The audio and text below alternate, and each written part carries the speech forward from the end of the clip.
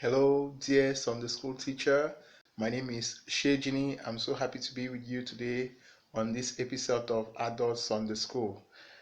Today we are going to be talking under the topic God promised a righteous branch, and our text will be coming from the book of Jeremiah, chapter 23, verse 1 to 6, and Jeremiah chapter 33, verse 14 to 18.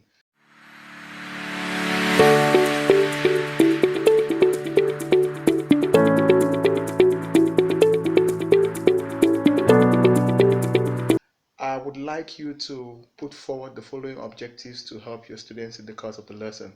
One of the first objective would be define the term a righteous branch as used by prophet Jeremiah and explain how Jesus fulfills the image of this righteous branch.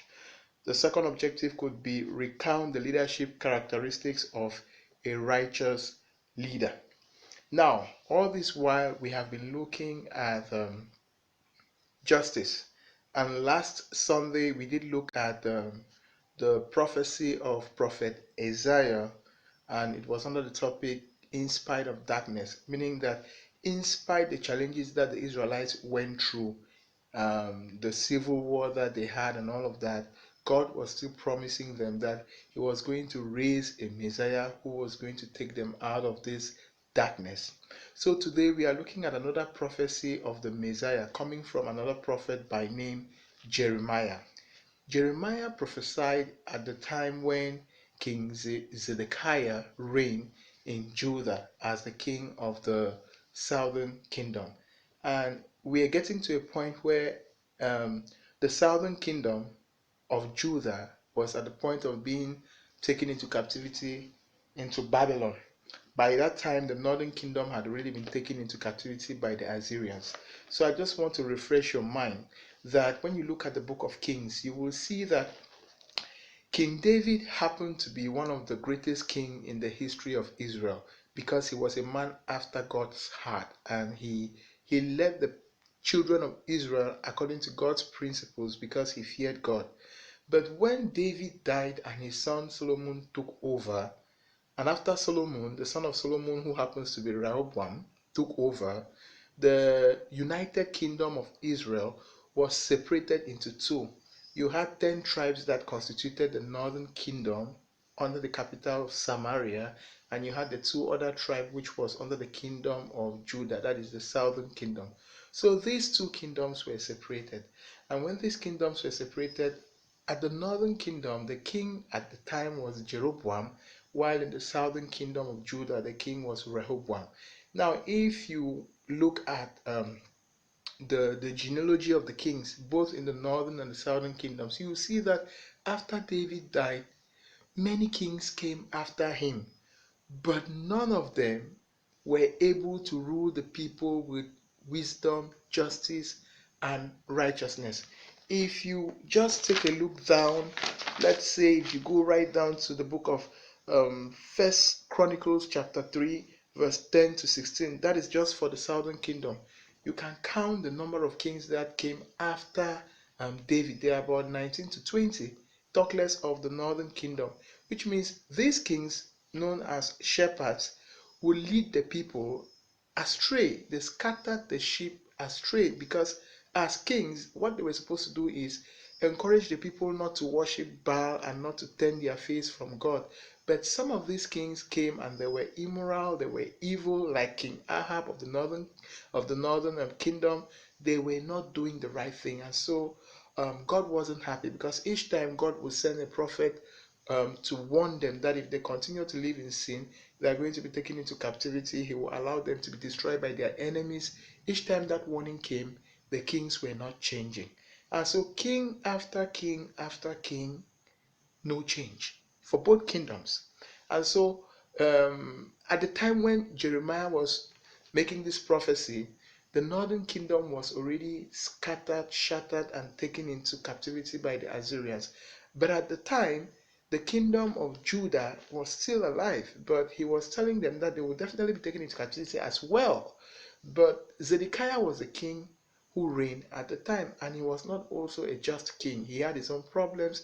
He was not doing what God expected him to do. And so Jeremiah comes in our text of today, which is Jeremiah chapter 23, verse 1 to 6, to declare about the coming of another king who is going to be at the throne of the house of David and will bring unity between the northern and the southern kingdom, and he will reign forever. So let's look at the first objective, which has to do with defining the term a righteous branch, and explaining how Jesus fulfills the image of this righteous branch. This text is very important, and I would want you to be patient enough for me to read it entirely so that you will understand where I'm coming from. So Jeremiah chapter 23, it reads, "Woe to the shepherds who are destroying and scattering the sheep of my pasture." Now, in some versions, it says, "Woe to you, pastors." So these shepherds are talking about the kings, declares the Lord. "Therefore, this is what the Lord, the God of Israel, says to the shepherds who turn my people. Because you have scattered my flock and driven them away, and have not bestowed care on them, I will bestow punishment on you for the evil you have done, declares the Lord. I myself will gather the remnants of my flock out of all the countries where I have driven them, and will bring them back to their pasture, where they will be fruitful and increase in number." Verse 4 reads, "I will place shepherds over them who will tend them, and they will no longer be afraid or terrified, nor will any be missing, declares the Lord." Now, this is one of the most important verses, verse 5, which happens to be our memory verse. Now, listen. "The days are coming, declares the Lord, when I will raise up to David's righteous branch a king who will reign wisely and do what is just and right in the land. In his days, Judah will be saved, and Israel will live in safety. This is the name by which he will be called, the Lord of righteousness." This is Jeremiah revealing the intent of God. God is saying that I made you people shepherds over my flock, and you scattered them because of your immoral deeds. But I will personally gather the remnants and bring them together. He was talking about the northern and the southern kingdom. I will bring them together, and I will appoint a king over that throne, a shepherd, and the name of that shepherd is a righteous branch, or a righteous king. So the first objective is this: what is the meaning of the word righteous branch? Now, the word righteous means being honest, being just, and doing the right thing. And a branch, of course, you know that a branch is something that sprouts out of a stem or a stump.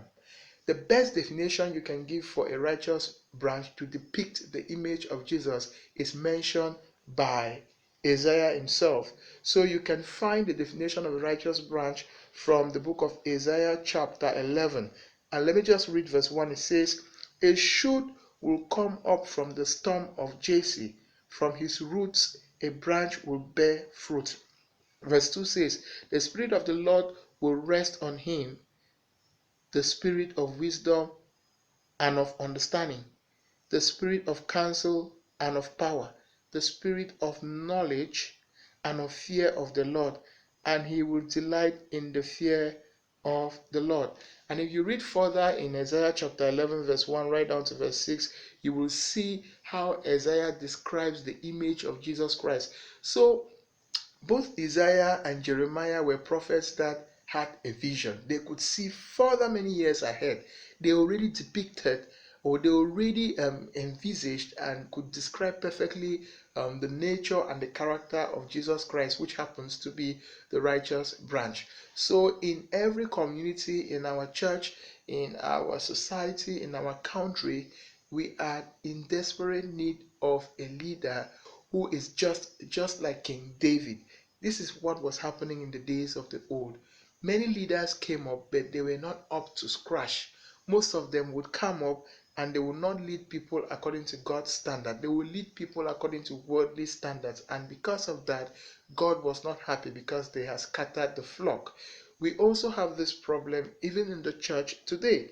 There are so many church leaders who bring in worldly standards of leadership into the church, and in so doing, they scatter the flock, and God is warning that He is not happy with such an attitude. How can we guard against those worldly leadership practices that might be scattering the sheep, or that might be scattering God's people? You will notice that um, in our world today, you have what you call military leadership, you have what you call business leadership, managerial leadership, corporate leadership, all sorts of leadership, political leadership.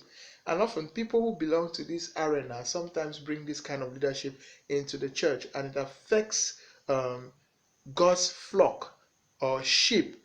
And so we really have to be careful the way we administer leadership in our churches. And sometimes it could be a pastor as well. If a pastor is not behaving well, if a pastor is scattering the sheep, what measures can be taken by Christians or the Christian community to guard against such a disaster? So we have to start asking ourselves this question, that what measures can the church use to minimize the chance of a leader harming God's people in areas of finance, in areas of poor doctrine, in areas of personal interactions and his personal behavior? We have so many leaders in the church today, they do things that they are not supposed to do, but sometimes we just look at it and we close our eyes and we compromise. But God is not happy with this kind of leadership. God is warning the children of Israel through Jeremiah that they have to, that he is going to punish, or he is going to destroy the wicked leaders. So what plan does the church have in place to deal with leadership failure, and what improvement needs to be made when it has to do with doctrinal defection, moral failure, or a church that is divisive, or a pastor or a leader that has personal or family issues? We are challenged in the lesson of today that a good leader is a leader who rules over people with justice and righteousness. God will destroy any leader who scatters his sheep. And leaders in the church need to understand that the right leadership model is the servanthood leadership model, where the leader is the servant and not the boss, as opposed to what we see in our worldly leadership. Leaders also have to lay down their life for the flock. That means sacrifice on behalf of other people. You can see that in John chapter 10, verse 11 to 15. And finally, good leaders lead in the fear of the Lord. The reason why the northern kingdom and the southern kingdom were taken into captivity is because their leaders, or the shepherd or their kings, did not lead according to the fear of the Lord. And because of this, God's anger rose against them, and he allowed them to be captured by the Assyrians and by the Babylonians. Likewise today, God is calling on you, God is calling on me, God is calling on our pastors, God is calling on all the leaders in the church, and God is also calling on all the leaders in our nation and community to know that the best leadership is to fear God and follow his precepts and principles. If you do that, God is going to be pleased, and righteousness will reign in our community. Thank you very much for listening. For quite some time now, we have been carrying out this lesson on our YouTube, on this YouTube channel, to help you develop other strategies on how to teach your Sunday school very well. I just want to encourage you that as you watch this video, do pass it on to any other Sunday school teacher that you know, and encourage them to subscribe and hit the like button, and also write down their comments. And each time I see a comment, I will respond immediately. This way we can grow the Sunday school department from one level to another and help ourselves understand challenging concepts in the text. Hope to see you in the next episode. Thank you very much for listening. Have a blessed day.